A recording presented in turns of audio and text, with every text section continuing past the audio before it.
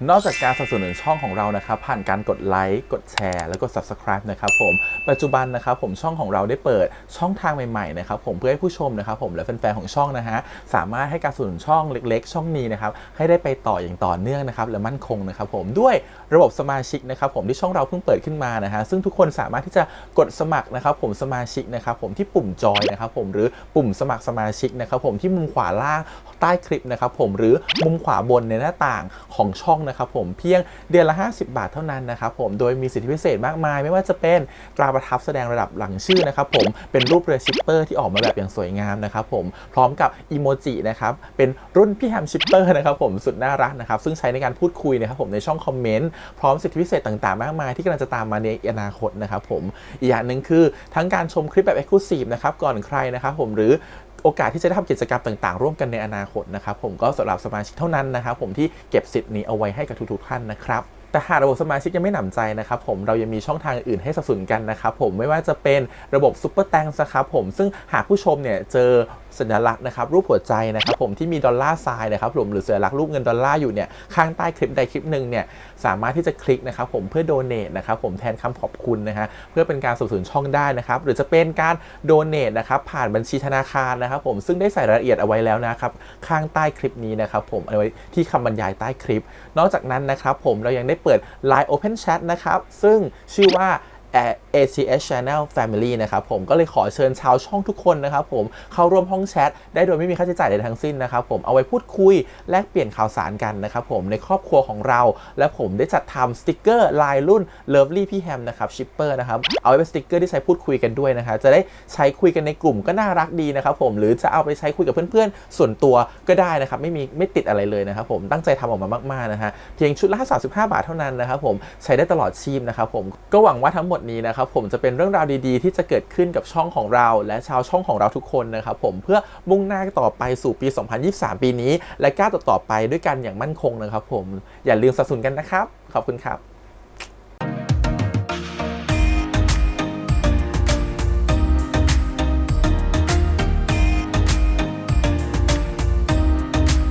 สวัสดีครับยินดีต้อนรับสู่ช่อง ATS Channel นะครับกับผู้กระทำการ Reaction นะผมวันนี้อยู่พี่แฮมนะครับกับการซีรีส์เรื่อง My Love Mix Up นะครับผมเขียนรักด้วยยางลบ EP จบนะครับผม EP 12แล้วนะครับผมเรื่องราววันนี้จะเป็นยังไงนะครับผมตอนจบเหมือนยังมีความดราม่านิดหน่อยด้วยนะเหมือนอารมณ์ว่าแม่ของตัวของกองทัพเนี่ยเหมือนกับไม่ค่อยโอเคกับตัวของ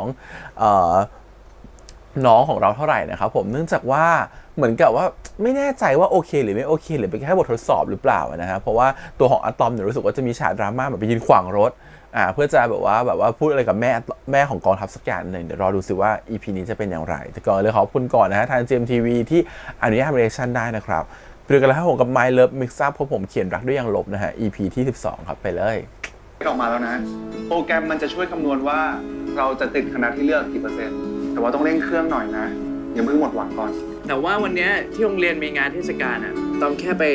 เดินเล่นเฉยเดินคนเดียวตอมมีอะไรอยากบอกแม่หรือเปล่าลูกวันนี้แม่สบายใจละถ้าตอมสอบไม่ติดเนี่ย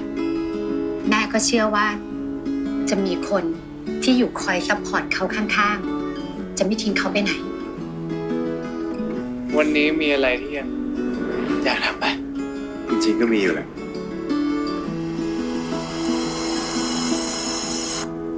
เปิดมาเป็นชักจูบเลยไหม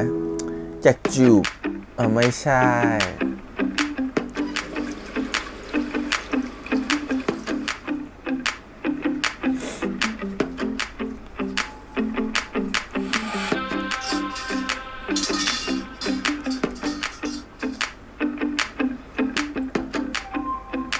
มัดหมี่บอกว่าศาลเจ้าเนี้ยศักดิ์สิทธิ์มากแม่มัดหมี่ชอบมาขอพรเวลาจะไปทำเรื่องสำคัญ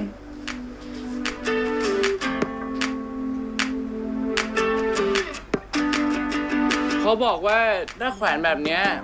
เทพเจ้าอ่ะจะได้ยินคำขอให้ผมสอบผ่านอะตอมเอ้าอะไรเนี่ยจะหนีไปไหนฮะโอ้ยบอกว่าอย่าดิ้นไงเฮ้ยตอมตายแล้วว่ะจะได้ไหมเนี่ยป้าเป็นไรไหมอะป้า ปลาตายอ่ะ ไม่เป็นไรนะ เดี๋ยวไปซื้อให้ใหม่ พอเหอะเพราะว่าเนี่ยแหละ มันคือคำเตือนของเทพเจ้า บอกให้เราตัดใจอ่ะ ไม่ใช่หรอก ถ้าบอกให้ตัดใจจริงอะนะคำขอเนี้ยคงไม่อยู่ดีขนาดนี้หรอก ของตัวเองเคยเขียนไว้ก่อนเหรอ ขอให้กองทัพกับอะตอมได้เรียนที่เดียวกัน โหนายเขียนช้าขนาดเนี้ยไม่อายเทพเจ้าเหรอ ตอนแรกอะว่าจะเก็บไว้บอกหลังสอบเสร็จ แต่ว่าไหนๆเป็นงี้แล้วอะจะบอกเลยดีกว่า บอกอะไรอ่ะ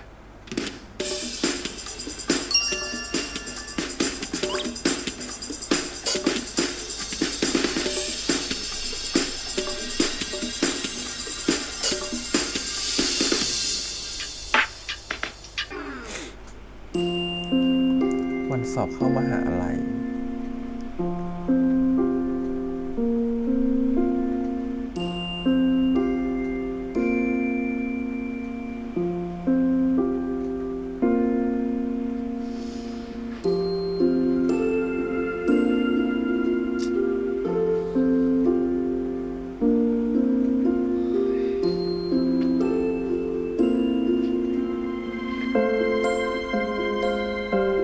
ไหนๆเป็นงี้แล้วอะจะบอกเลยดีกว่า คือเราไปดูหอพักแถวๆมหาลัยมา มีห้องหนึ่งสวยดี เหมาะสำหรับอยู่2 คน ต้องติดอย่างเดียวแหละอะตอมหนีไม่ได้แล้ว แล้วบอกเราไหมอะ ไว้ถ้าสอบติดอะย้ายไปอยู่ด้วยกันนะ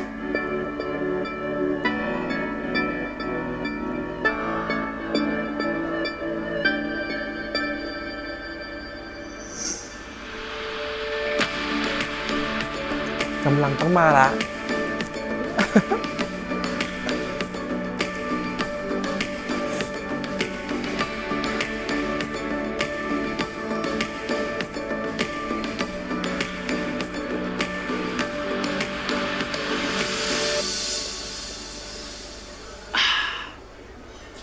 สอบเสร็จทันที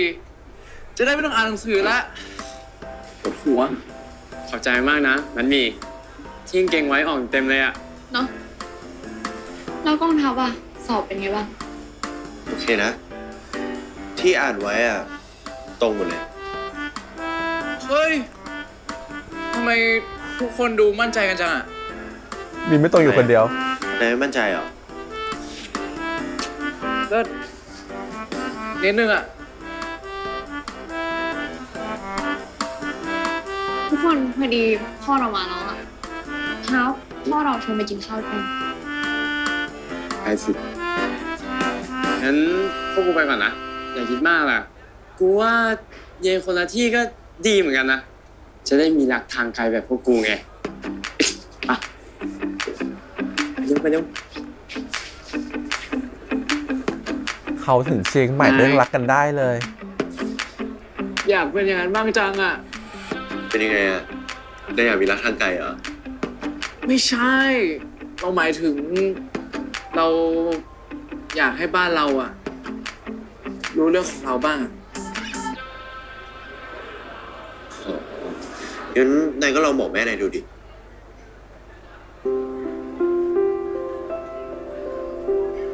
มันไม่ได้ง่ายๆอ่ะนาย แม่เราอ่ะ ใจดีเหมือนแม่นายที่ไหนล่ะ งั้นเริ่มจากแม่เราก่อนไหม เสาร์นี้ไปกินข้าวบ้านเรา แม่เขาชวนมาหลายรอบแล้ว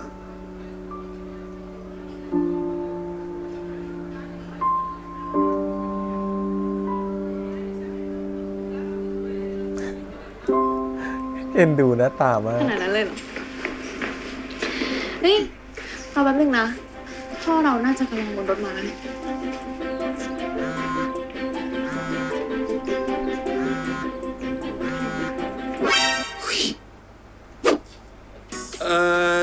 เราขอโทษนะ คือเราน่าจะไปด้วยไม่ได้แล้วอะ อ้าวทำไมอะ อ๋อ เรามีนัดแล้วอะ ห้ามนัดกับใครไว้เหรอ อ๋อ เรานัดกันที่บ้านไว้อะ หรอ ใช่ใช่งั้นเดี๋ยวเราขอตัวก่อนนะ ฝากขอโทษคุณพ่อด้วยนะ ไม่เป็นไร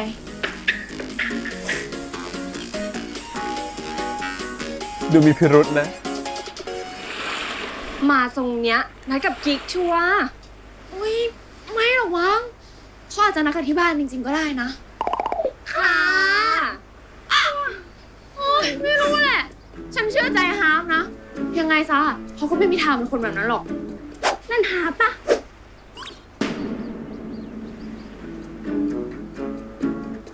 ใครอ่ะ แกรู้จักปะ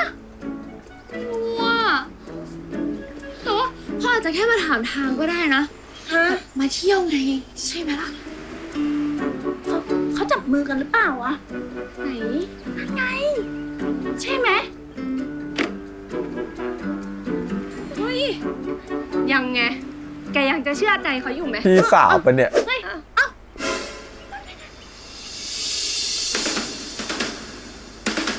โอ้โหโหดมาก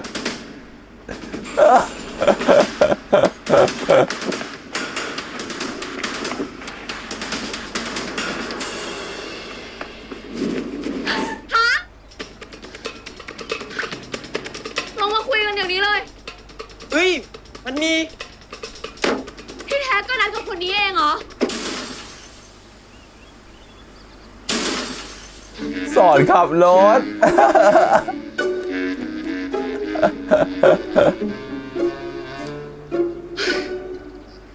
งั้น คุณพี่คนนี้ก็ นี่พี่เก๋อะครูสอนขับรถเราเอง สวัสดีค่ะพี่เก๋รถสวยมากเลยค่ะ งั้นเดี๋ยวเราเคลียร์กันตามสบายนะ เดี๋ยวพี่รอในรถ ขอโทษด้วยนะคะ ว่าจะเก็บไว้สะพายซะหน่อย เซอร์ไพรส์เราเหรอ พอเราเข้ามหาลัยใช่ไหมล่ะ เราก็จะได้ขับรถมหามัดหมี่ได้บ่อยๆไง นี่ก็กะว่าจะรอให้ได้ใบขับขี่ก่อนแล้วค่อยบอกอ่ะ ขอโทษนะ ถ้าอยากให้ยกโทษให้ก็ ถ้าเกิดเราได้ใบขับขี่แล้วอ่ะ มัดหมี่ก็ต้องมานั่งรถเล่นกับเราด้วยนะ ได้สิ เราจะเคลียร์คิวรอฮาวเลย พูดแล้วนะ สัญญานะ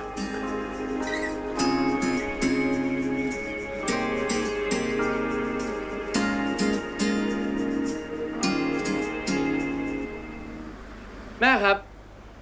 คือผมกับกองทัพอ่ะ เป็นแฟนกันครับ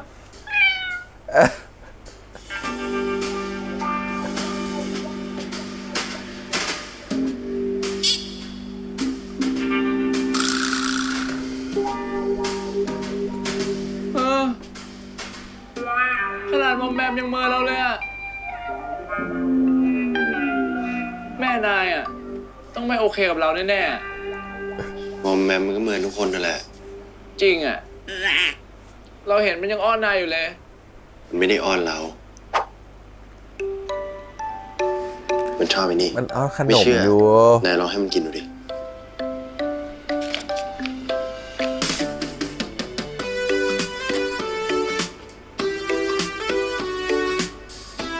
อืม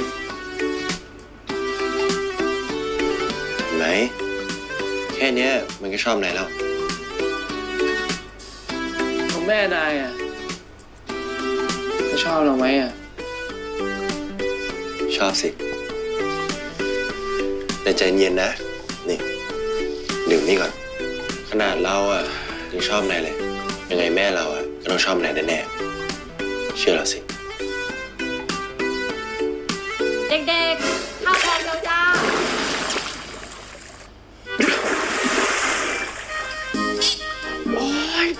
อะไรเนี่ย ใจเย็นแป๊บนึง อยู่นั่นแหละ เดี๋ยวเราเอาเสื้อมาเปลี่ยนให้นะแป๊บนึง อยากกลับบ้านนะอยากกลับบ้านอยากกลับบ้านอยากกลับบ้านไม่ไหวแล้ว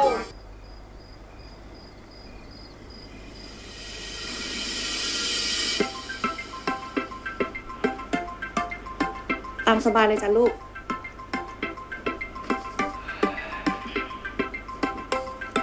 เอ๊ะ เสื้อคุ้นๆเสื้อทับหรือเปล่าลูก อ๋อพอดีอะตอมทำน้ำหกอะจะเลยให้ยืม แม่เนี่ยเป็นคนปักเองกับมือเลยนะ อุ้ยอยา แต่ ก ว่าอะตอมเนี่ยใส่แล้วดูดีกว่าทับอีก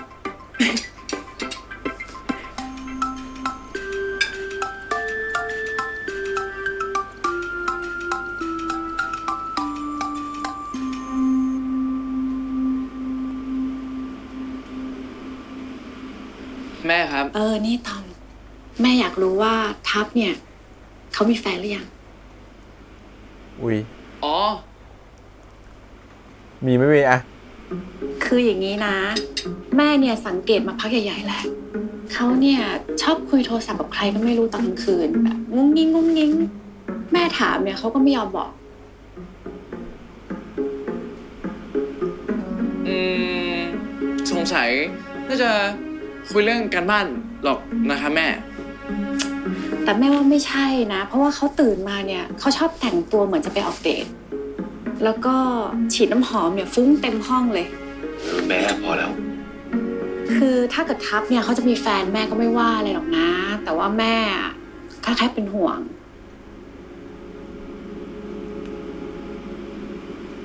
แม่เลี้ยงเองกับมือเนี่ย คือแม่ก็รู้ว่าทับเขาเป็นคนยังไงนะ คือทับเขาเป็นคนค่อนข้างที่จะคิดมาก แล้วก็ปฏิเสธใครไม่เป็น แม่ก็กลัวว่าจะโดนเขาหลอกนะ โอ้ยอะ ไม่หลอกหรอกอ๋อ ไม่หลอก ไม่ หรอ โดนหลอกหรอกแม่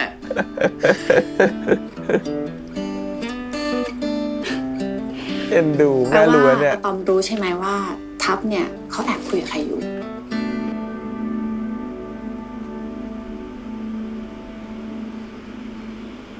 ไม่รู้ครับ ไม่รู้เลยครับ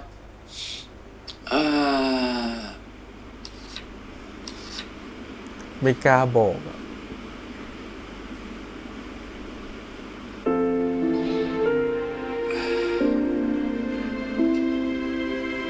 แต่ถ้าสมมุตินะครับแม่ กองทัพมีแฟนจริงๆอะแม่อยากได้แบบไหนอะครับ ถ้าเลือกได้นะ แม่ก็อยากได้คนที่เก่งๆ ฉลาดแบบทับเขาน่ะ โอ้ยพูดแบบนี้อะตอมฉัน แม่จะได้หมดห่วง แล้วก็จะได้ทันกันแล้วก็คอยดูแลกัน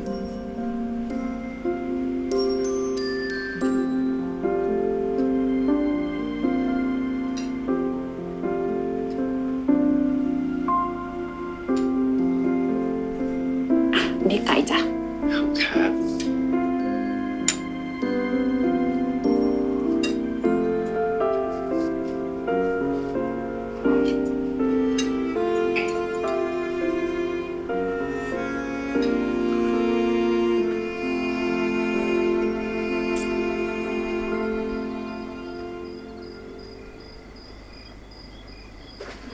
อะตอม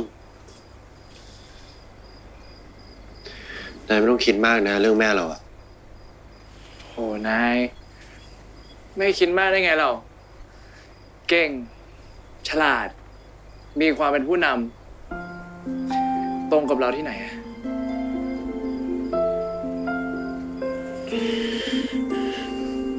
แต่แม่เราชอบนายนะ ก็ชอบในฐานะเพื่อนไง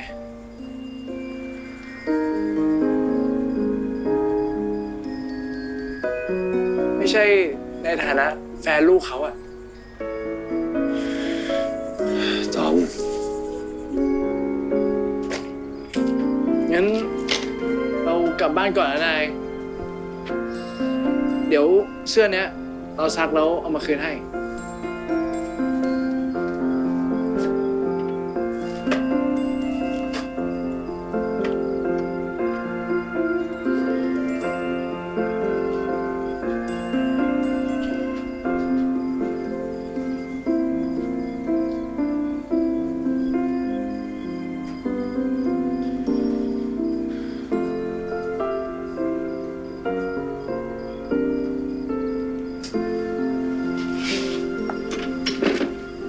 น้องแค่เราจะหลุดออกมาจากเสื้อไหมอะ ตอมซักผ้าเหรอลูกทำไมไม่ให้แม่ทำให้ อ๋อ ไม่เป็นไรแม่ ตัวเนี้ยตอมอยากทำเองกับมือ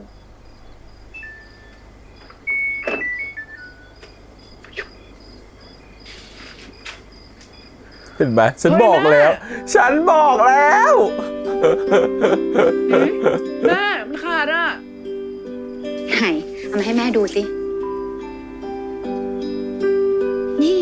ลายปักแบบเนี้ยมันต้องซักมือลูก เอาไปซักเครื่องเนี่ย มันก็หลุดลุ่ยหมดนะสิ ก็ตอมไม่รู้อ่ะแม่ ตัวเนี้ยกองทัพมันให้ตอมยืมใส่ด้วยอ่ะ ของแบรนด์อะไรล่ะเนี่ย ถ้างั้นน่ะเดี๋ยวแม่ซื้อใหม่ให้เขาก็แล้วกัน ไม่ได้อ่ะแม่ ตัวเนี้ยแม่กองทัพปักเองกับมืออ่ะ หาซื้อที่ไหนไม่ได้หรอก อืมเอางี้ถ้างั้นน่ะก็ไปขอโทษแม่เขา บอกเขาว่าเราไม่ได้ตั้งใจ ไม่ได้อ่ะแม่ แค่เนี้ยแม่กองทัพนะ ก็มองอะตอมห่วยจะแย่อยู่แล้วอ่ะ ถ้าเขารู้นะ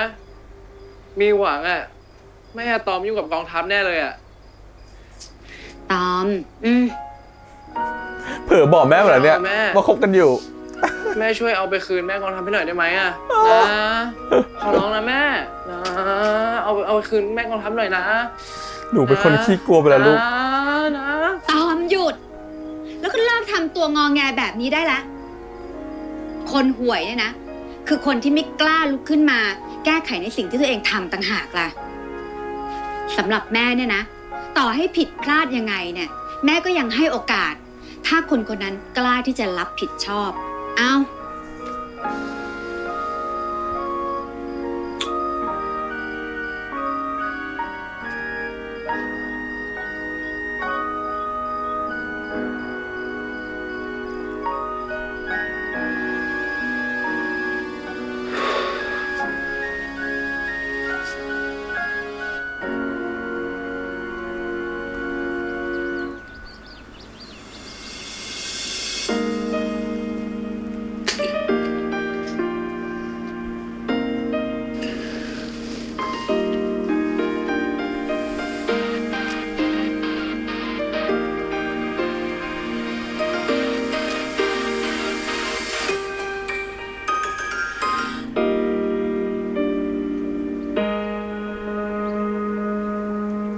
วันจบการศึกษา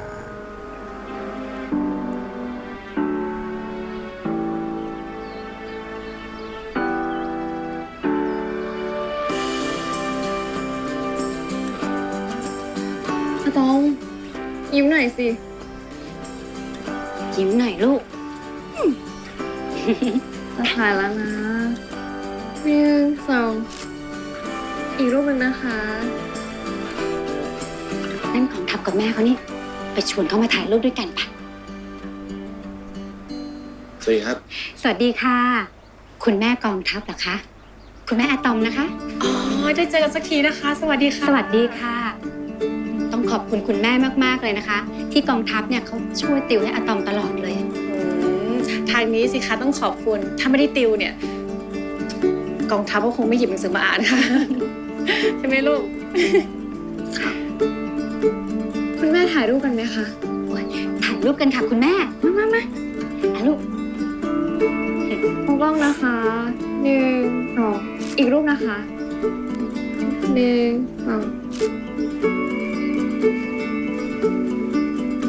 2 ลองดูก่อนก็ได้นะคะ สวยจังเลย ตอม แม่เขาก็ดูใจดีอยู่นะ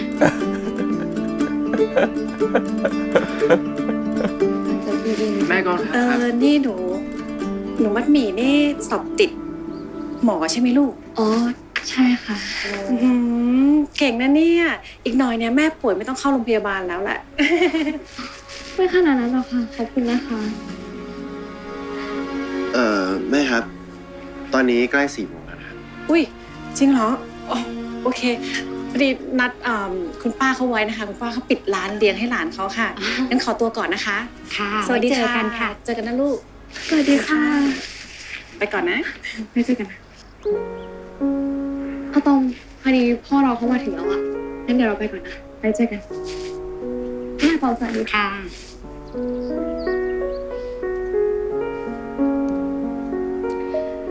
ตอม มันค้างคานะแม่ว่า เออ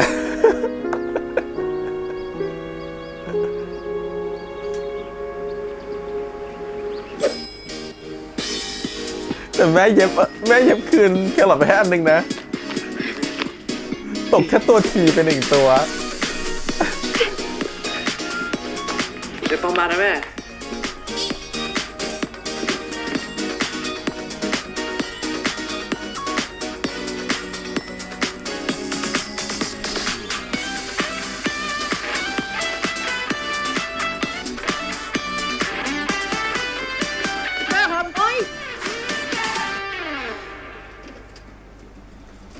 อะตอม มีอะไร เดี๋ยวก็รถชนหรอก ผมเอาเสื้อมาคืนครับแม่ ค่อยคืนก็ได้ มาขวางรถแบบนี้มันอันตราย ผมไม่รู้อะครับแม่ ผมเลยเอาเสื้อไปซักเครื่องอะก็เลย ผมพยายามแล้วอะแต่มันได้แค่นี้อะครับ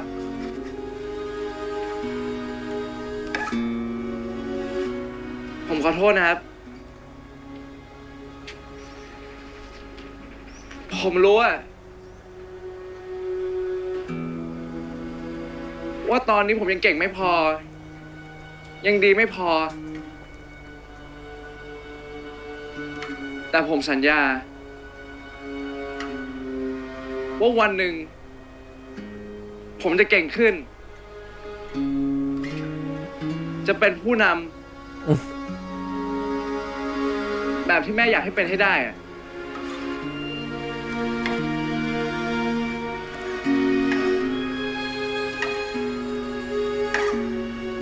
ถ้าถึงวันนั้นน่ะ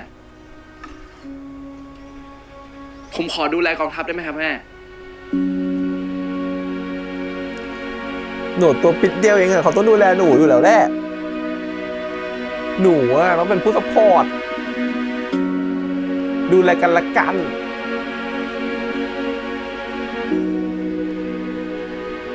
อะตอม แม่เคยบอกแล้วใช่ไหม แม่อยากได้คนที่เก่ง ฉลาด แล้วก็เป็นผู้นำดูแลลูกแม่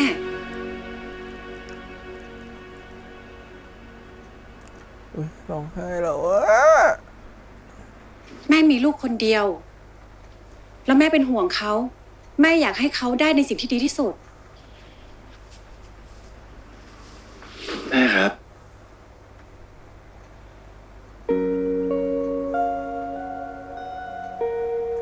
ผมขอโทษครับแม่ ที่เป็นแบบนั้นไม่ได้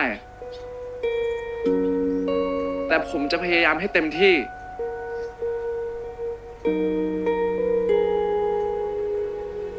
แม่อยากให้ผมเลิกคบกับกองทัพนะครับ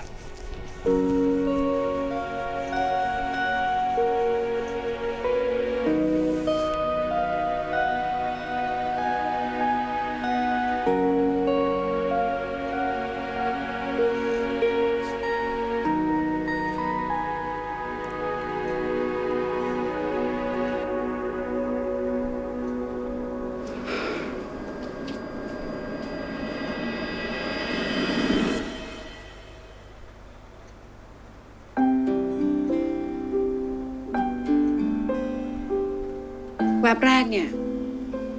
แม่ก็คิดนะว่าเราเนี่ยไม่เหมาะกัน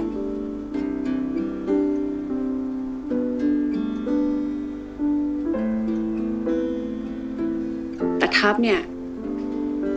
เขาเล่าให้แม่ฟังว่าอะตอมเนี่ย เป็นคนช่วยเหลือเพื่อน เวลาที่เล่นละครเวที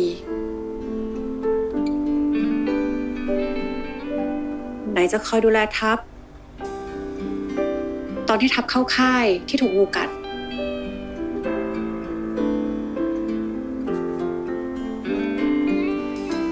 และที่สำคัญนะอะตอมเนี่ย เป็นผู้นำให้กับทัพเขานะ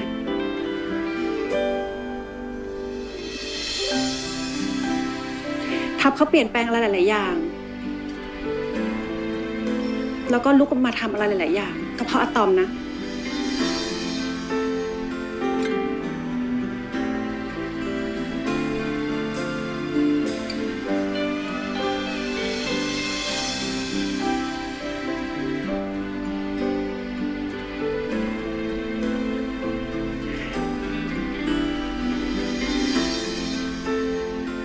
ม่เห็นมาตลอดแหละ แล้วในสายตาแม่อะตอมเป็นคนที่เก่งมากเลยนะ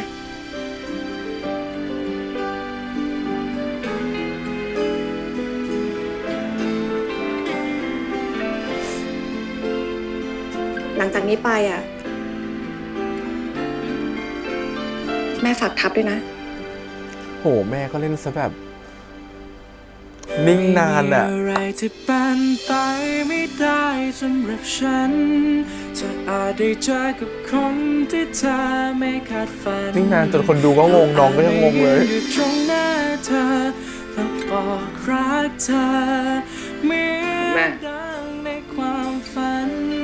จะอาจได้เจอกับคน ผมจะพยายามให้เต็มที่ครับ สักวัน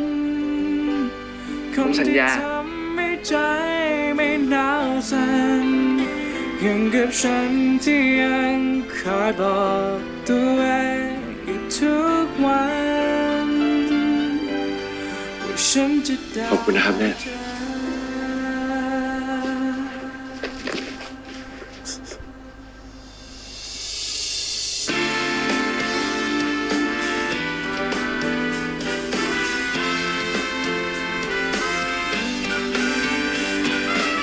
ไม่มีอะไรที่เป็นไปไม่ได้สำหรับฉันเธออาจได้เจอกับคนที่เธอไม่คาดฝันเขาอาจไม่ยืนอยู่ตรงหน้าเธอและบอกรักเธอเหมือนดังในความฝันเธออาจได้เจอกับคนของเธอเข้าสักวันคนที่ทำให้ใจไม่หนาวสั่นยังกับฉันที่ยังคอยบอกตัวเองอยู่ทุกวันว่าฉันจะได้เจอ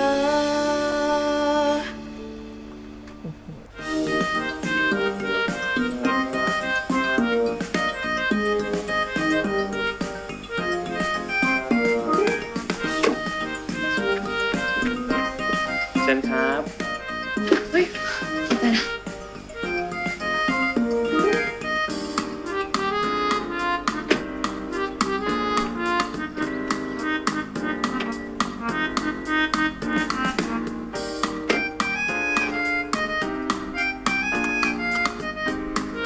งั้น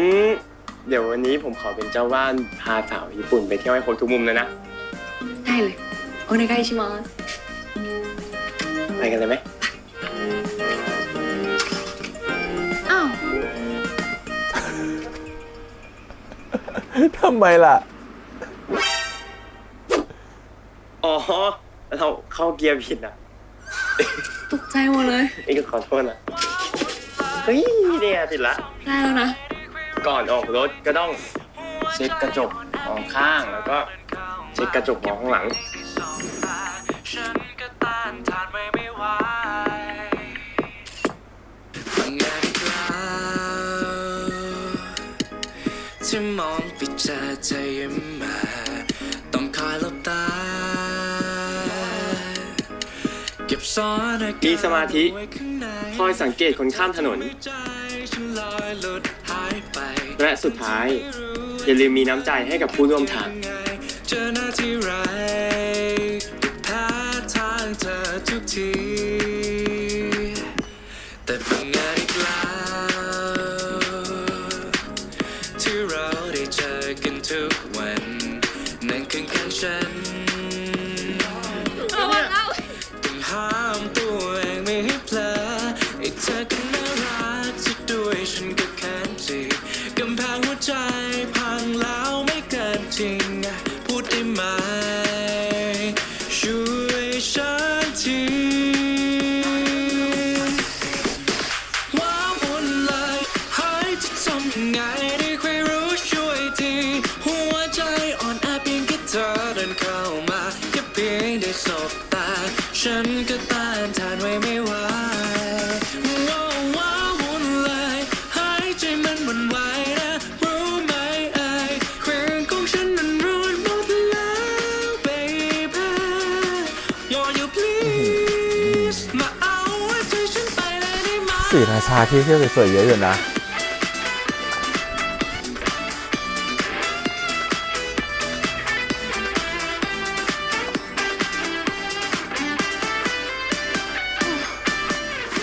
จะเดินขึ้นไปถึงอะหมดแรงเลย อย่าเพิ่งหมดแรงดิ เดี๋ยววันนี้อ่ะเราจะพาไปปิดทริปที่พระอาทิตย์ตกที่ริมเขื่อนนะ นี่มันเขื่อนเนาะแค่คิดก็โรแมนติกแล้วอะงั้นเราไปกันเลยไหมไปกันเลย ไปสิ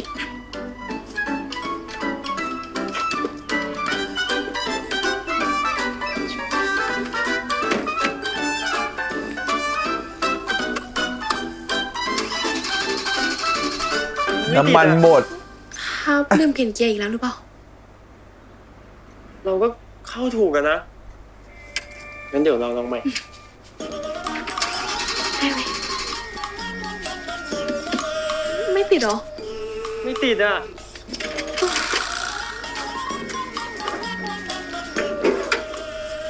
มันเป็นยังไงบ้างอะ ดูเป็น น่าจะมีอะไรเสีย ดูเป็นเหรอ โอ้ ทำไมต้องเป็นวันนี้ด้วยวะ ครับไม่เป็นไรหรอก แค่เนี้ย วันนี้มันก็สนุกมากแล้วนะต้องพูดจริง แต่เราสัญญากับมัดหมี่ไว้แล้วนะ ว่าจะพาเธอไปดูพระอาทิตย์ตกด้วยกันอ่ะ ๆฮาร์ปตั้งใจจะผิดสัญญาเราที่ไหนล่ะ ไม่เป็นไรเลยเพราะว่าโทรตามให้คนมาดูรถแล้วเรากลับบ้านด้วยกันนะนะกลับบ้านกันเถอะอ่ะเอาโทรศัพท์ไปเลยเอ้ยฮาร์ปจะทำอะไรอ่ะ ก็พาเธอไปดูพระอาทิตย์ตกไง เห็นไปแบบเนี้ยกว่าจะไปถึงมันไม่ทันหรอก กลับบ้านเถอะนะอะเชื่อเรานะเชื่อเราเถอะ ก็นี่เป็นทริปสุดท้ายที่เราต้องแยกกันอ่ะ เราอยากให้มันเป็นความทรงจำที่ดีกว่านี้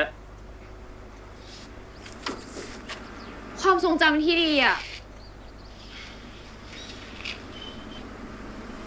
เราก็ต้องช่วยกันสร้างสินี่แบบนี้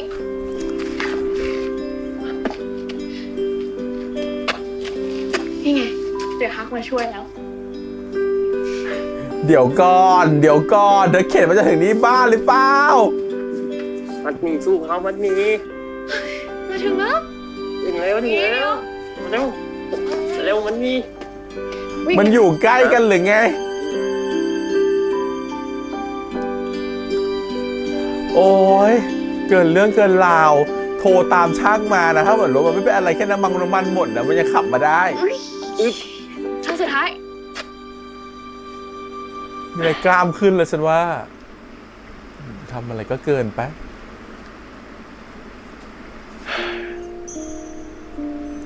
ในช่วงหักเลี้ยวให้มันไงต้องอีกคนนึงต้องไปหักเลี้ยวข้างในรถอย่างเงี้ยเหรอ โรแมนติกจริง ๆ ด้วยอ่ะ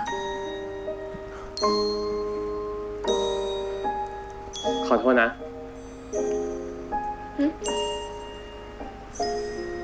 มันก็คงจะดีกว่านี้ถ้าเราไม่ต้องเข็นรถมาด้วยอะ แล้วจะกลับยังไง ถ้าทำแบบนั้นอ่ะ เขาจะเรียกว่าทริปนั่งรถมาดูพระอาทิตย์ตกดินได้ไง จริงไหมนี่ไงยิ้มแล้ว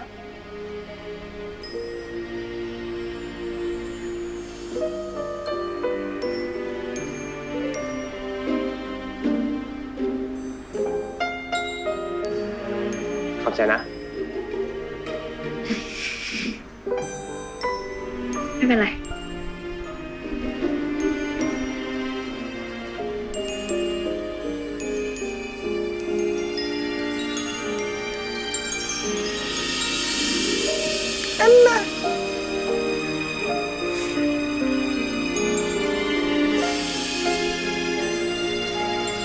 ความทรงจำที่ดี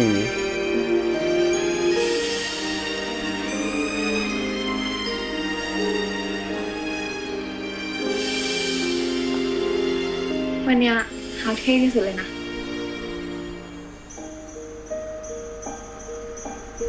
น่ารักอ่ะ มัดหมี่ก็เท่เหมือนกันนะ ขอบใจนะ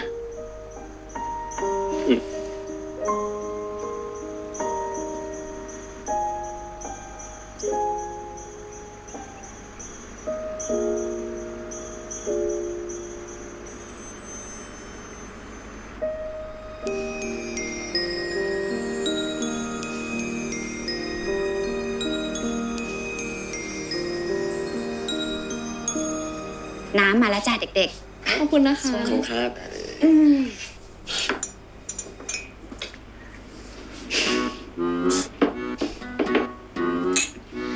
ทำสบายนะ ได้เลยครับ เนี่ยค่ะ ขอบคุณมาก ขอบคุณนะคะ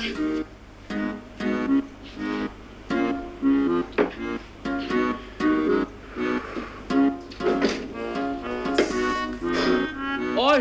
ตื่นเต้นเว้ยทำไมต้องมาลุ้นผลสอบบ้านเราด้วยอ่ะ อ๋อ พอดีเราชวนเพื่อนมาเองอะกลัวนายจะตื่นเต้นไง ก็เลยเอาเพื่อนมาเป็นกำลังใจให้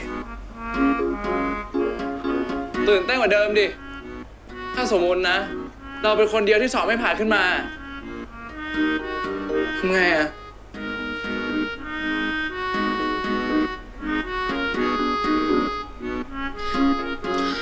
ทุกคน ผลสอบออกแล้ว ลองเปิดเช็คกันดูเลยไหม เอาดิเฮ้ย เราติดหมอแล้วอ่ะ ดีใจด้วย ได้นะ เฮ้ย เราก็สอบติดสัตวแพทย์แล้วอะ ยินดีด้วยนะเก่งอ่ะงั้นก็ ก็เหลือแต่เราสองคนแล้วดิ ดิ มึงดูก่อนเลย มึงอะดูก่อน ไม่เอาขอร้องอ่ะ มึงดูก่อน ไม่ มึงอะดูก่อน มึงดูก่อน ไม่เอาไม่เอา ไม่ ไม่เอา ไม่ ไม่ ไม่ เอา ไม่ไม่มึงดูก่อนแม่กูส่งข้อความมาว่ะ กูสอบผ่านว่ะ yes ดีใจด้วยนะ ดีใจด้วย ก็เหลือกูคนเดียวแล้วดิ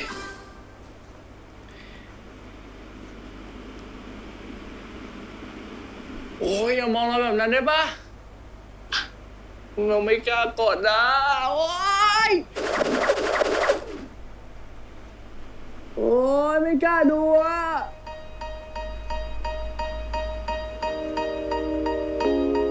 เราไม่อยากเป็นคนเดียวที่ถูกทิ้งอ่ะ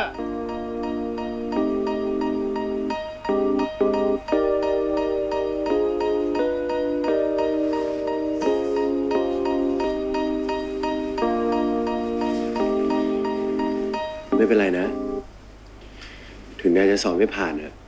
แต่ยังไงพวกเราจะไม่ทิ้งนายแน่นอน เชื่อเรา จะลบไม่หายไปแต่ลบเท่าไรไม่หายเลย ฉันก็พูดไปงั้นแหละไม่เคยจำมันได้เลย บอกว่าจะลบทุกทีพูดกี่ครั้งแล้วยังไงในตอนสุดท้ายก็แบบนี้เขียนจะไว้ข้างในใจก็ เราสอบผ่านแล้ว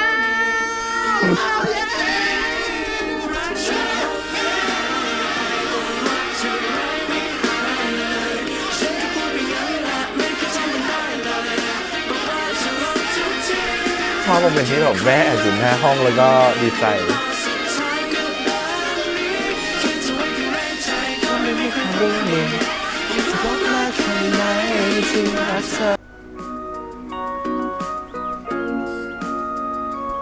เดี๋ยวเราเปิดประตูให้ งั้นเดี๋ยวพวกเรากลับก่อนนะ เจอกัน บายกองทัพ ไป เจอกันวันเราไปจบนะ ขับดีๆนะ ไปแล้วนะตอมบ๊ายบาย ไม่ขับรถมาแล้วเหรอ อ๋อรถเสียเขาอู่อยู่อะ จบไปทีนะ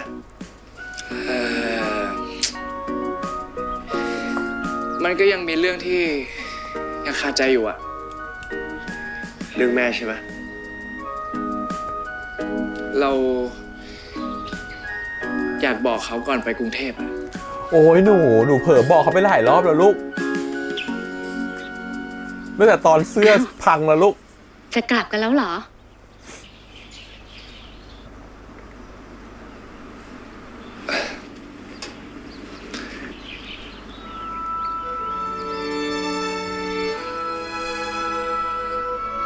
คืออะตอมมีเรื่องสำคัญอยากจะบอกแม่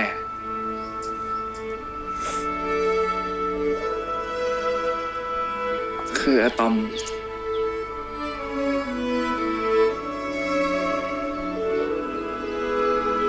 ทำไมอะตอมต้องเป็นคนพูดคนเดียวตั้งแต่แม่ของกองทัพเลยเนี่ย อะตอมไปส่งกองทัพก่อนนะแม่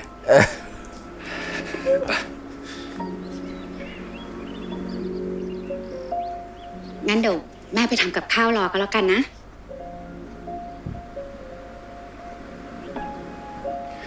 เดี๋ยวครับแม่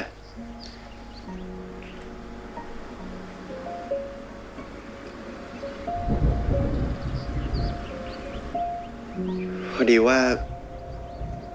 อะตอมมีเรื่องอยากจะบอกแม่ครับก่อนไปกรุงเทพ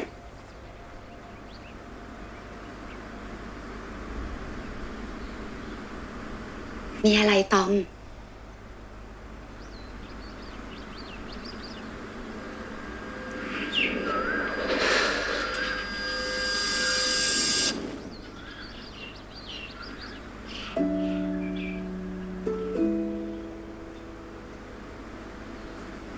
คืออะตอมคบกับกองทัพแล้วแม่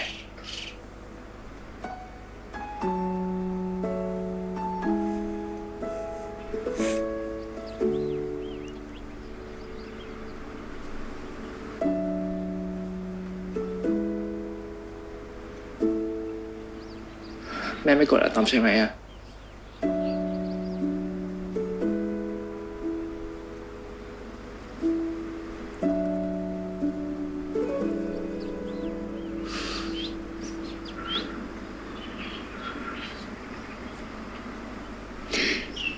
ขอบใจนะตอม แม่นึกว่าตอมจะไม่กล้าบอกแม่ซะละ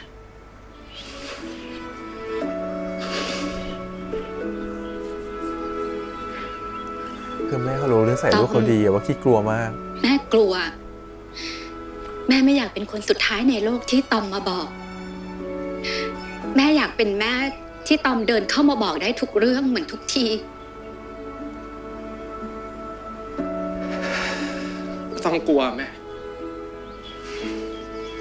ผมแม่โกรธอะตอมอะ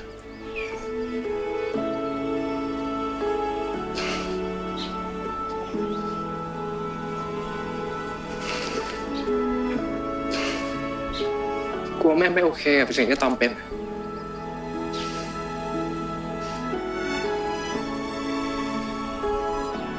ขอตอมนะ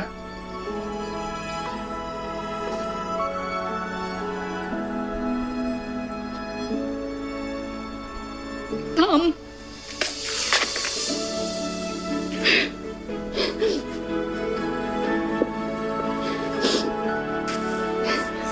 แม่โอเคนะ แม่โอเคทุกอย่างที่ตอมเลือก ความสุขของตอมอะก็คือความสุขของแม่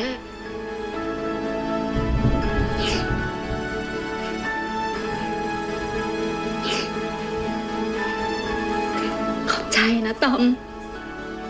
ที่ยอมให้แม่ได้รู้ว่าตอมมีความสุข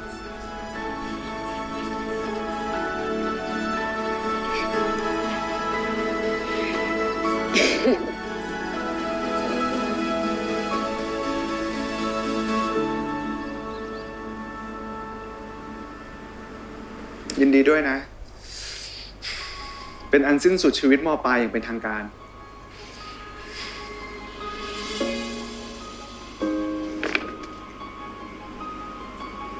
ขอบคุณครูมากนะครับ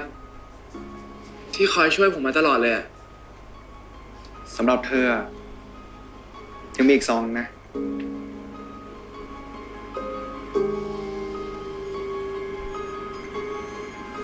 งานแต่งเนาะ ทวนนกกับพี่ซินแต่งงานนะครับ อืม ยินดีด้วยนะครับ ฝากชวนกองทัพด้วยนะทีมสีเขียวที่ซินเขาเลือกอะ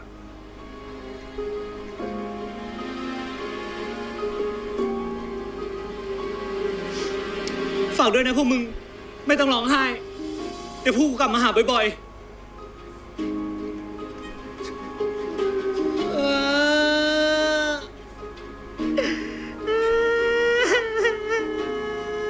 ไม่มีใครร้องเลยลูก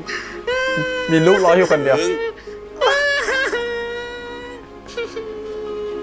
น้องเขาไม่ได้ร้อง มีแต่มึงอะที่ร้อง อ้าวเหรอ นี่ กล้าดียังไงมีแฟนตัดหน้าคุณอะ โทษทีครับ แต่ว่าไม่ใช่แค่ผมนะ ปั้นก็มีเหมือนกัน เอาเฮ้ย เองด้วยเหรอ จริงไหมเนี่ยอีกคนก็แคร์แล้วเหรอ ผมบอกแล้วว่ายังไงผมก็ต้องขายออกก่อนครู เอาว่าคบกันนานๆแล้วกันนะแต่บอกไว้เลยนะ เดี๋ยวค กูตามไป ทุกคนเตรียมของมาแล้วใช่ไหม งั้นเริ่มจากเราก่อน เป็นตัวละครเวทีห้องเราอะปีบุพเพเลล่า เอ๊ะ หรือโฉมงามกับเจ้าชายอสูรดีกว่า ใส่ไปเถอะ นายใส่เรื่องไหนไป เดี๋ยวเราก็ใส่ของอีกเรื่องตามไปอยู่ดีอะส่วนเราว่าโอ้ยใส่ไปเถอะไปคนต่อไปเลย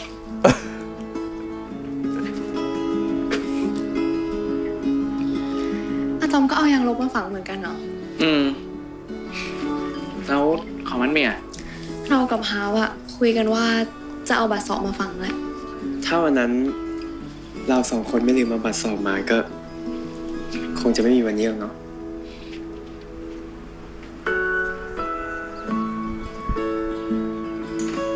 นาย แล้วของนายอะ เราเอาไอ้นี่มา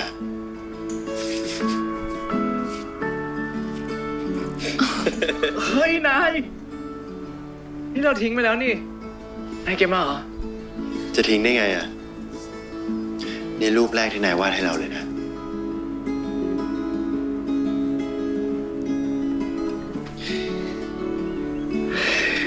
ทุกคนจะไม่คิดถึงมันเหรอ นี่10 ปีเลยนะ ที่จะไม่ได้เจอมันอ่ะ อะตอม ถ้าอะตอมเสียดายอะเอาอันนี้ไปฝังแทนก็ได้นะ ยางลบก้อนเนี้ย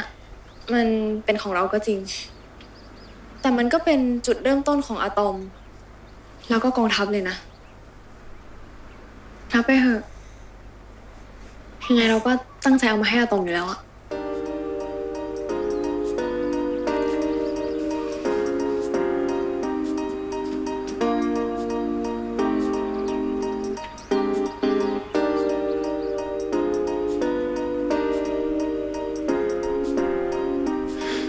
ทำไรอ่ะ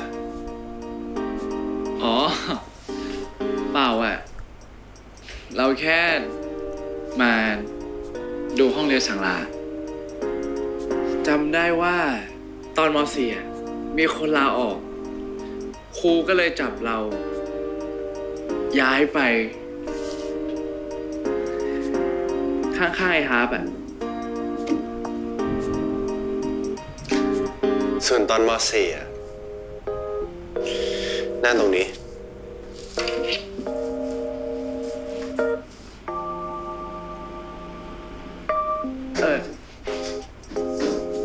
แล้วตอนม .5 นายจำได้ปะ เราก็นั่งอยู่นี่ไง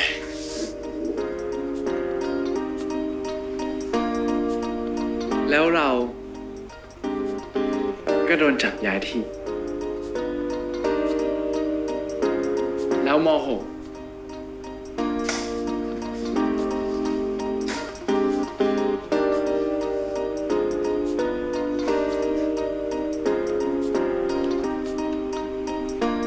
เราก็ได้กลับมาใกล้กัน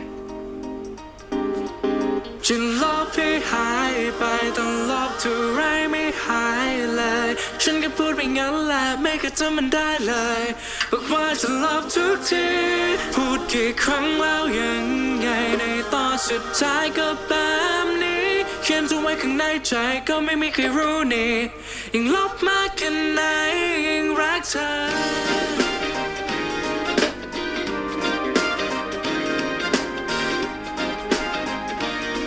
นานมาแล้ว ที่มนุษย์เรา ค้นหาวิธีที่จะช่วยให้ความรักสมหวัง หนึ่งในวิธีที่ฮิตและทำได้ง่ายที่สุด ก็คือการเขียนชื่อคนที่เราชอบ ลงไปในยางลบ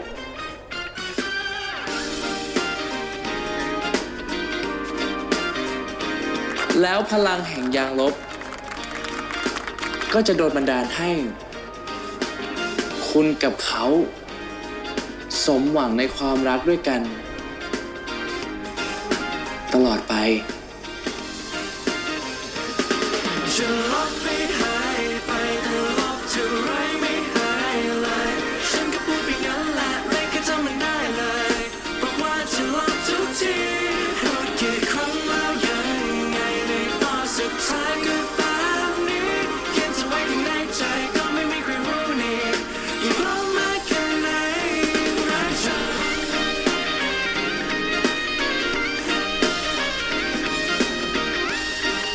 ขอบคุณนะ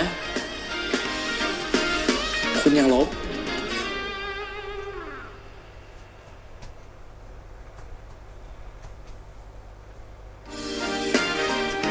ทุกๆความทรงจำเต็มไปด้วยความรู้สึกที่หลากหลายจนจดจำมันเพราะสิ่งต่างๆเหล่านั้นคือสิ่งที่ทำให้เราเป็นเรา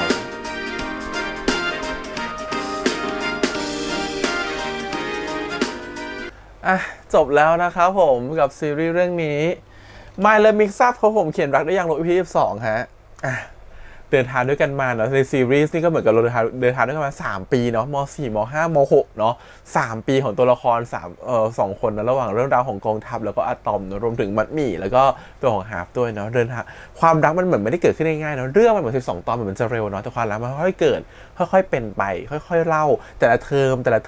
ที่เรียนรู้จักกันมาสุดท้ายความรักมันก็เริ่มสุกงอมสุดท้ายได้เรียนรู้จักกันแล้วก็ได้รักกันแล้วรู้ว่าตัวเองต้องการอะไรนะฮะส่วนอนาคตจะเป็นอย่างไรมันเป็นเรื่องที่ให้เราได้จินตนาการต่อไปเองนะครับว่าความรักของทั้งคู่จะเป็นยังไงต่อไปแต่ที่แน่วันนี้ปัจจุบันตอนนี้ในเรื่องตอนนี้นั่นคือทั้งคู่รักกันนะฮะอันนี้เป็นจุดจบของซีรีส์เรื่องเขียนรักด้วยยางลบนะครับ My Love Mix Up นะครับผมก็แฮปปี้เอนดิ้งเนาะทีนี้พอพูดถึงตัวซีรีส์แล้วเนี่ยก็ต้องพูดถึงความแบบว่าความสำเร็จของตัวซีรีส์ด้วยก็ต้องบอกว่าโอเคทุก EP ที่ผ่านมาโหเทรนด์ Twitter นี่ขึ้นแบบโอ้โหท็อปวันตลอดเลยนะครับผมก็ถือว่า success มากๆแล้วก็มีคนพูดถึงเยอะมากนะครับผมโดยเฉพาะเพลงที่โดดเด่นมากๆของซีรีส์นี้คือเขียนรักด้วยยางลบเนาะเป็นเพลงที่พี่แฮมรู้สึกว่าโอเคประทับใจมากๆกับเพลงนี้รู้สึกว่าชอบมากเป็นท่วงทำนองที่รู้สึกว่ามันติดหูมากทุกวันนี้ยังฟังแล้วก็ติดหูอยู่เลยแล้วพอเพลงนี้ขึ้นก็คือท่าเต้นมันก็มาเลยโดยอัตโนมัติถือว่าเป็นเพลงที่รู้สึกว่ามันมีอิทธิพลต่อคนดูเรื่องนี้จริงๆนะฮะแล้วถ้าใครไม่เคยดูเรื่องนี้ก็ตามแต่ถ้าได้ยินเพลงนี้เข้าไปเนี่ยต้องมีกรูฟอะไรบางอย่างเด้งอยู่ในหัวแน่นอนนะรู้สึกว่าเป็นเรื่องเป็นอะไรที่รู้สึกว่าว้าวมากๆแล้วก็คาดหวังว่าจะได้เห็นเพลงนี้ในคอนเสิร์ตใหญ่ของทั้งคู่ด้วยในจิมินาโฟนเป็นเพลงเปิดนะฮะโอเคกล่าวพูดถึง EP นี้ก่อน EP จบเป็นยังไงนะฮะเรื่องราวมันพูดถึงว่าจริงๆมันไม่มีอะไรเนาะมันคือการที่เคลียร์ใจกันระหว่างทุกๆฝ่ายทุกๆตัวละครนะครับผมว่าสุดท้ายวันนี้เราจะเป็นยังไงต่อไปไม่ว่าจะเป็นการคลายความกังวลของอะตอมจะสามารถจะอยู่กับตัวของกองทัพได้ไหมในที่เดียวกันได้ไหมนะครับผมสุดท้ายไปขอพรมาก็กลัวนั่นกลัวนี่อีกสุดท้ายก็โอเคได้เรียนที่เดียวกันเพราะสอบสำเร็จตามที่ตั้งใจไว้นะฮะที่ในเรื่องของคุณแม่เป็น EP ที่ได้บอกความรู้สึกของตัวเองกับคุณแม่ให้ฟังว่าตัวเองเรารู้สึกเองกับอีกคนหนึ่งลูกของแม่เรารู้สึกรักเขานะนู่นนี่นั่นเนาะก็เริ่มจากที่แม่ของกองทัพก่อนความแปลกใจของเราอย่างหนึ่งคือไม่กองทัพแทบไม่ได้มีโอกาสได้พูดความรู้สึกของตัวเองออกไปเลยนะครับเธอจะเป็นแค่จะเป็นหน้าที่ของอะตอมหมดเลยว่าจะเป็นแม่ของกองทัพเนี่ยอะตอมก็เป็นคนที่สู้กับความกลัวของตัวเองเอาชนะความกลัวของตัวเองโดยการที่ทำเสื้อพังแล้วก็ได้กำลังใจจากแม่แล้วก็ฮึดสู้แล้วก็มาขอโทษของแม่ของกองทัพตอนแรกก็ดูก็ตุ้มต่อมนะดูว่าแม่ของกองทัพดูเหมือนจะไม่โอเคอะไรอย่างเงี้ยแต่คือก็สุดท้ายก็โอเคจริงๆโอเคมาตั้งนานแล้วแหละแต่ก็คือแค่รอให้ใครสักคนหนึ่งพูดอะไรอย่างเงี้ยแต่เราสึกว่ามันไม่ใช่เป็นหน้าที่ของตัวของกองทัพที่เป็นคนพูดแต่กับเป็นอะตอมที่วิ่งเข้ามาขวางรถแล้วก็บอกความรู้สึกออกไปแล้วก็ขอโทษแล้วก็ผมจะพยายามให้เต็มที่แล้วว่าจังหวะนี้ก็1แล้วนะแต่เราอยากเห็นฝั่งพอเป็นแม่ของอะตอมก็เป็นอะตอมต่างหากที่เป็นคนพูดกับแม่อีกนะฮะซึ่งเรารู้สึกว่าโอเคจริงๆคนที่หลีดเรื่องนี้มันคืออะตอมนั่นแหละเพราะว่าทำไมถึงไม่ให้กองทัพพูดเลยในมุมของอะตอมเนี่ยอะตอมเป็นเด็กที่รู้สึกว่าเขามีปัญหามาตลอดจริงๆตัวละครของกองทัพมันไม่ได้เป็นตัวละครที่มีปัญหาอะไรในที่เป็นแบบปมของตัวละครนะฮะทำให้ตัวละครมันเหมือนกับเป็นคนที่คิดอยู่แล้วว่าจะทำอะไรฉันจะพูดอะไรฉันจะทำอะไรต่อไปแต่ซีรีส์พยายามจะให้เห็นว่าเนี่ยตัวของอะตอมเขาผ่านเรื่องราวอะไรมาเขาถึงต้องทำแบบนี้เรื่องราวที่1คือเขาอยากจะเป็นคนที่เก่งขึ้นเพื่ออยู่กับแฟนเขาเพื่อกองทัพเป็นคนที่เก่งมากๆเลยแต่อะตอมอยากจะเป็นคนที่เก่งขึ้นเพราะเขามีบทตรงนี้อยู่ที่ต้องพูดออกมาว่าผมอยากจะแบบทำทุกอย่างให้ดีที่สุดเพื่อให้คุณคุณแม่ของกองทัพไว้วางใจอะไรเงี้ยอันนั้นคือเป็นบทของเขาเนาะมันทำให้จริงๆตัวมันไม่ใช่หน้าที่ของตัวที่กองทัพจะมาบอกว่าอ๋อคนนี้คือแฟนผมนะฮะจริงๆกองทัพจะพูดแบบนั้นก็ได้แหละแต่มันเหมือนกับแบบบทพยายามจะเขียนไปให้เหมือนกับอะตอมได้ก้าวข้ามผ่านความกลัวอะไรบางอย่างของตัวเองออกไปก่อนก็เลยให้เป็นบทพูดของอะตอมเช่นกัน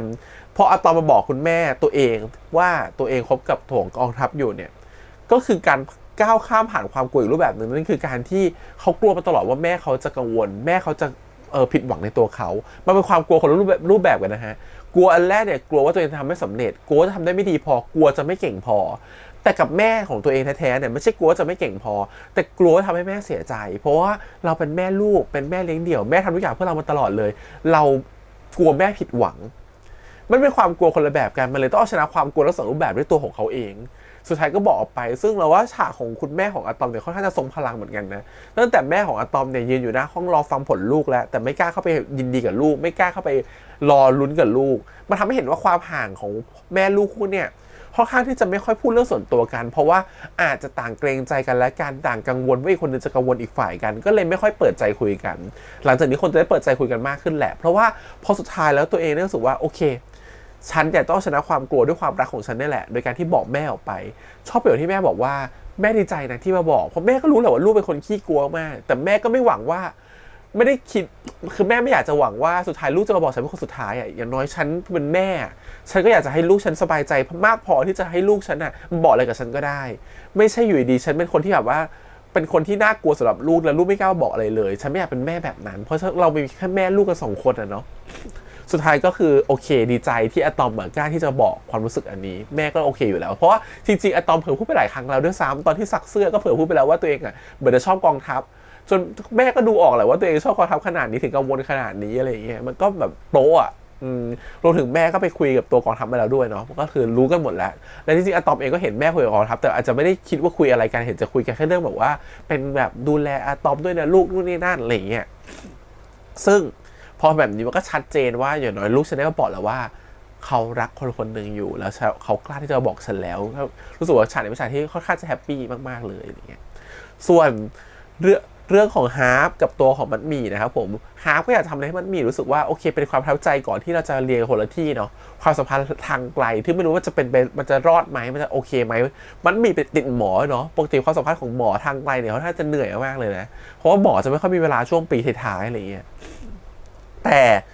ที่เจอประสบการณ์ตรงมาคือเพื่อนผู้ชายคนหนึ่งก็คบกับเพื่อนแฟนผู้หญิงเรียนหมออยู่ที่ต่างจังหวัดอยู่ที่แบบมข.ขอนแก่นตัวเพื่อนเนี่ยเราอยู่กรุงเทพก็คบกันมาจนถึงแบบโอ้โหตอนนี้แต่งงานมีลูกไปแล้วนะฮะเพราะว่าช่วงที่ผู้ชายจบเนี่ยเขาทำงานก็จะมีเวลามากขึ้นในการที่จะแบบใช้เวลาเสาร์อาทิตย์ไปหาผู้หญิงตอนที่กำลังเหมือนกับว่าเรียนปี5ปี6ของคุณหมออยู่อะไรเงี้ย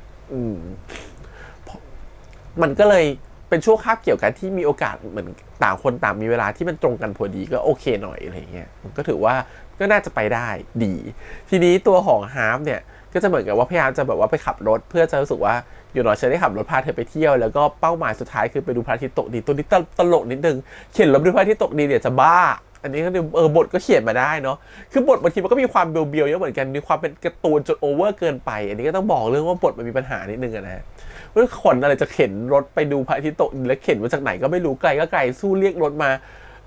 าซ่อมเอารถไปซ่อมแล้วตัวเองก็นั่งอะไรมาดูพระอาทิตย์ตกดินก็ได้บางทีเขียนบทก็เกินเรื่องเกินราวแล้วพอไปอยู่บนรถสะพานอย่างเงี้ยจะกลับบ้านยังไงบ้าหรือเปล่าไม่เป็นไรโอเคว่ามาแล้วสุดท้ายก็คือสร้างโมเมนต์แฮปปี้เป็นโมเมนต์ของ2 คนที่ได้อยู่ด้วยกันก่อนที่จะแยกจากกันแล้วเป็นการเที่ยวครั้งสุดท้ายอะไรเงี้ยแล้วก็ได้เห็นพระอาทิตย์ตกดินด้วยกันแล้วว่าก็ประทับใจมากจนสุดท้ายทั้งหมดก็เอาของลงกล่องเนาะเป็นเหมือนกับว่า time machine การเวลาที่จะอีก10 ปีค่อยมาขุดนะว่าเราคิดถึงโมเมนต์นี้หรือเปล่าเราไม่ชอบสิ่งนี้เลยเราเคยทำอยู่คล้ายๆกันแบบนี้แล้วก็สุดท้ายแล้วเราไม่ได้ไปขุดสิ่งนั้นขึ้นมาเพราะว่ามันเลิกกันก่อนเราเปรียบเทียบว่าอะไรหมายถึงว่าถ้าอะตอมกับกองทัพเลิกกันการที่มาขุดไอ้ของอันนี้ขึ้นมามันควรจะเป็นความทรงจำที่แย่มากเลยซึ่งก็คือทุกคนก็ใส่ของสำคัญของตัวเองไปแหละไม่ว่าจะเป็นตัวฮาร์ปกับมัดหมี่ก็คือใส่ใบสอดลงไปที่เราไม่เจอกันตอนครั้งแรกตัวของกองทัพก็ใส่รูปที่วาดให้รูปแรกลงไปแม้จะไปเอามาจากกองขยะอะไรก็ตามส่วนของอะตอมก็คือเอายางลบซึ่งยางลบที่ควรจะเอาลงไม่ใช่ของตัวเองแต่คือเอาของมัดหมี่ลงเพราะว่ามัดหมี่คือยางลบที่เป็นปาฏิหาริย์ตั้งแต่ครั้งแรกทำให้เขาได้เจอกันกับตัวของกองทัพก็สุดท้ายก็ฝังทุกอย่างลงไปเนาะแล้วก็แบบเป็นความทรงจำที่ดีก่อนที่รู้สึกว่ามันเป็นการก้าวข้ามผ่านวัยช่วงวัยมัธยมไปสู่วัยมหาลัยอะไรเงี้ยก่อนที่จะแบบว่าจบด้วยการจูบกันในห้องเรียนนะฮะก็เป็นความทบทวนความทรงจำของทั้งหมดแล้วก็จบโอเค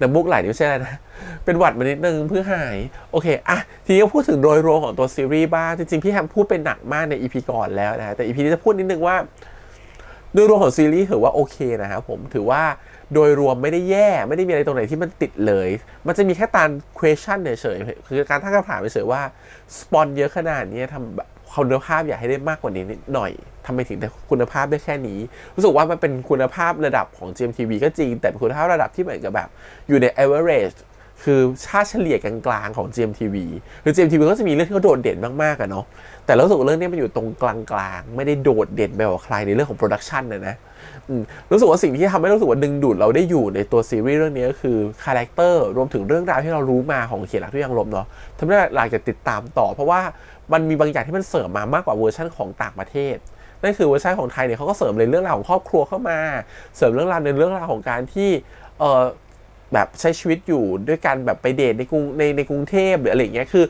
อมันมีหลายๆโมเมนต์ที่ถูกเพิ่มเข้ามาให้มันเติมเต็มมากขึ้นเพราะว่าตัวของเวอร์ชันญี่ปุ่นเนี่ยมันก็ไม่ได้มีเยอะขนาดนี้เวอร์ชันไทยเนี่ยครบถ้วนสมบูรณ์มากกว่าทำให้รู้สึกว่าเราก็อยากติดตามตรงนั้นรวมถึงนักแสดงนะครับผมทำให้เราอยากติดตามไม่ว่าจะเป็น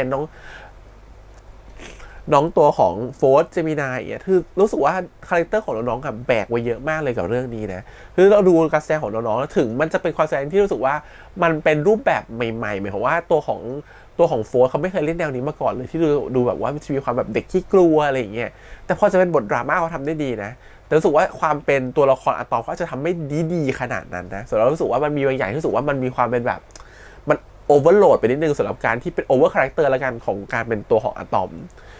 แต่ก็ถือว่าโดยรวมแล้วอ่ะเราก็ถูกดึงดูดด้วยการดูเจมินายกับโฟร์ธอยู่ดีนะครับผมในซีรีส์เรื่องนี้รวมถึงตัวละครอื่นๆด้วยนะไม่ว่าจะเป็นแบบว่าน้องโชกุนอะไรเงี้ยรวมถึงแบบน้องป่านรู้สึกว่าก็ถือว่าเป็นการเรื่องใหม่ของน้องทั้งสองคนที่ทำออกมาได้ดีนะแต่อาจจะยังแบบไปได้อีกรู้สึกว่ามันยังไม่ดีที่สุดมันยังมีความอะไรบางอย่างอยู่ที่ความเป็นเด็กใหม่อยู่มันยังไม่ได้แบบว่าแต่เราเห็นแววของสองคนนี้รู้สึกว่าเขาไปได้ต่ออะไรเงี้ยซึ่งเนี่ยโดยรวมเรารู้สึกว่าเราถูกดูดด้วยนักแสดงอีกสำคัญคือเพลงเขียนรักด้วยยังลมได้เป็นเพลงที่ดีมากๆที่บอกไปแล้วมันทำให้รู้สึกว่าเราถูกมันดึงดูดมากๆแล้วก็ชอบมันตั้งแต่เปิดเทรลเลอร์เลยตอนดูตัวอย่างอะไรเงี้ยมันรู้สึกว่าเราอยากดูเรื่องนี้ต่อไปด้วยเพลงนี้เพราะเพลงนี้มันแบบมันส่งในหลายอารมณ์มากๆรวมถึงแบบว่าการใช้เลือกเพลงที่มันไม่ได้มีเพลงมาตั้งแต่ต้นหมายความว่าเขาไม่ได้มีเพลงประกอบซีรีส์ตั้งแต่ต้นเขาเลือกที่จะใช้เพลงแบบไม่มีอะไรที่เป็นไปไม่ได้ของพี่ลูลากับซิงอย่างเงี้ยเอามาใช้ในการร้องซึ่งสำหรับเราสึกว่ามันเป็นเพลงที่มันดีมากความหมายมันดีมากแล้วเขาเลือกที่จะหยิบมาร้องอะไรเงี้ยหรือเลือกที่จะหยิบมาประกอบในตัวซีรีส์สำหรับเราสึกว่าตรงนี้เป็นสิ่งที่ประทับใจ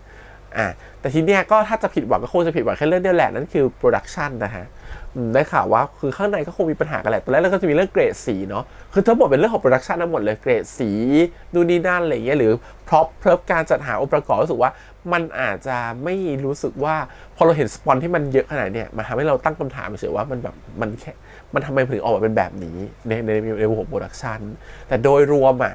ก็คือรู้สึกว่าตัวเนื้อซีรีส์เองหรือความเป็นซีรีส์มันก็ average ความเป็น GMTV นั่นแหละไม่ได้แบบว่าสูงค่าเฉลี่ยเท่าไหร่อะไรเงี้ยเลยเป็นเรื่องแค่น่าผิดหวังเฉยว่าถ้ามันทำโปรดักชันที่โอเคกว่านี้มันอาจจะกลายเป็นซีรีส์ที่รู้สึกว่าโอเคเป็นรีเมคหรือว่าเป็นการทำใหม่ในเอาอียิปต์ฉบับมังงะอะไรมาทำก็ได้กับหนังที่ซีรีส์เขาเคยทำมาแล้วในเวอร์ชันอื่นๆอะไรเงี้ยได้ดีมากยิ่งขึ้นกว่านี้อะไรเงี้ยมันขาดตัวนั้นไปนิดนึงโอเคก็น่าจะประมาณนี้นะครับผมกับตัวซีรีส์เนาะถือว่าโดยรวมแล้วก็นี่แหละก็ตามที่เราทุกคนน่าจะเข้าใจอยู่แล้วแหละทุกคนดูก็น่าจะพอรู้ว่ามันมีอะไรจริงๆรู้ด้วยซ้ำว่าการเขาไทยอินสปอนเซอร์ลงไปในคลิปแต่ละคลิปเนี่ยในแต่ละ EP เนี่ย12 EP เนาะที่จริงเหมือนมันมีกฎอยู่ว่าห้ามเกิน35อะไรเงี้ย35ชิ้นหรือ35ไทยอินต่อซีรีส์หรือละคร1เรื่องอะไรเงี้ยได้เข้าใจว่าเรื่องเนี้ยแบบแม็กซิมัมเลยอะแบบแทบจะมีทุกตอน 2-3 ตัวแบบแม็กซิมัมเลยคือรู้สึกว่าได้แอบได้ยินว่าถ้าทำเกินอีกแค่ตัวนึงผิดกฎแล้วลงไม่ได้อะไรเงี้ยแม้อยากจะรับเพิ่มก็ตามนะแม้จะทำก็ตามเพราะว่าสปอนเซอร์เขาเยอะจริงแต่ก็ทำไม่ได้แล้วเพราะว่ามันแม็กซ์เข้านี้แล้วอะไรเงี้ยเข้าใจว่าแม็กซ์เลยแบบลองทุกคนลองไปย้อนดูได้ว่าแต่ละตอนสปอนเซอร์ที่ไทยอินออกมากี่ครั้งเข้าใจว่าแบบ3ครั้งนะเป็นทุกอย่างน้อยต่อ1 EP แล้วก็น่าจะมี EP นึงที่มี2ครั้งมันเลยเป็นแค่35ลองไปสังเกตกันดูแล้วกันนะครับผมว่าเป็นยังไงก็ นั่นแหละก็เป็นสิ่งที่ตั้งคำถามเฉยแต่โดยรวมแล้วเนี่ยก็รู้สึกว่าโอเคกับเนื้อเรื่องที่เราได้รับนะครับผมเราถึงการแสดงของน้องๆที่เราได้เห็นนะฮะก็ถือว่าโอเคเลยก็เดี๋ยวรอเจอกันอีกทีแล้วกันนะครับผมน่าจะสิ้นเดือนนี้พี่แฮมไปงานคอนเสิร์ตของ Gemini Phone นะครับผมพี่แฮมไปวันที่1 กันยาก็เดี๋ยวดูจบปุ๊บก็เดี๋ยวก็มารีวิวให้ฟังนะครับผมก็ติดตามกันได้ว่าจะเป็นยังไงเชื่อว่าจะเป็นคอนเสิร์ตที่สนุกมากๆแล้วดูวันสุดท้ายด้วยน่าจะมีอะไรที่แบบเซอร์ไพรส์หน่อยๆแล้วก็เพลงที่อยากได้ยินในคอนเสิร์ตมากๆเลยก็คือเพลงนี้แหละเขียนรักด้วยยางลบว่าเวลามันอยู่บนเวที Impact อ่ะพร้อมๆกับแดนเซอร์เป็นขบวนใหญ่ๆอ่ะเพลงนี้มันโคตรน่ารักแน่ๆเลยอ่ะอยากดูมากๆว่าเพลงนี้จะเป็นยังไงแต่แขนไม่พร้อมเต้นมากเลยจริงอยากไปเต้นเพลงนี้ด้วยแต่แบบว่าไม่พร้อมมากๆโอเคครับรอติดตามชมกันครับผมกับ My Love Picks Up เขียนรักด้วยยางลบนะครับผม EP ที่12หลังจากนี้เราคงได้เห็นเจมินายกับโฟนในผลงานอื่นๆต่อไปนี่เป็นผลงานเดี่ยวเนาะเจมินายก็จะเป็นตัวของอะไรDark Dice นะครับผมส่วนของโฟนเนี่ยเราก็จะได้เห็นน้องอีกทีตอนนู้นเลยScarlet Heart ก็เป็นผลงานที่ยิ่งใหญ่มากของ JMTV ที่พูดเลยว่าใส่เงินไปหมดบริษัทกับเรื่องนั้นหรือจริงๆเขาเรื่องนี้เขาทำขึ้นมาเพื่อจะหาเงินไปทำเรื่องนั้นวะ ไม่รู้นะครับผมรอติดตามต่อไปแล้วกันอัปเดตต่างๆนะครับส่วนเรื่องต่อไปที่จะมาสัปดาห์หน้าก็คือเรื่องคิดแนบนะครับผมรอติดตามกันนะครับผมพี่แฮมยังรีแอคต่อเนื่องเสมอทุกคืนวันศุกร์นะครับผมขอบคุณอีกครั้งฝากกดไลค์กดแชร์กด subscribe ติดตามได้ทาง YouTube Instagram Twitter แล้วก็ Facebook ใครยังไม่ subscribe นะครับ EP จบแล้วฝาก subscribe เป็นกำลังใจให้ด้วยนะครับผมวันนี้พี่แฮมไปก่อนนะครับบ๊ายบาย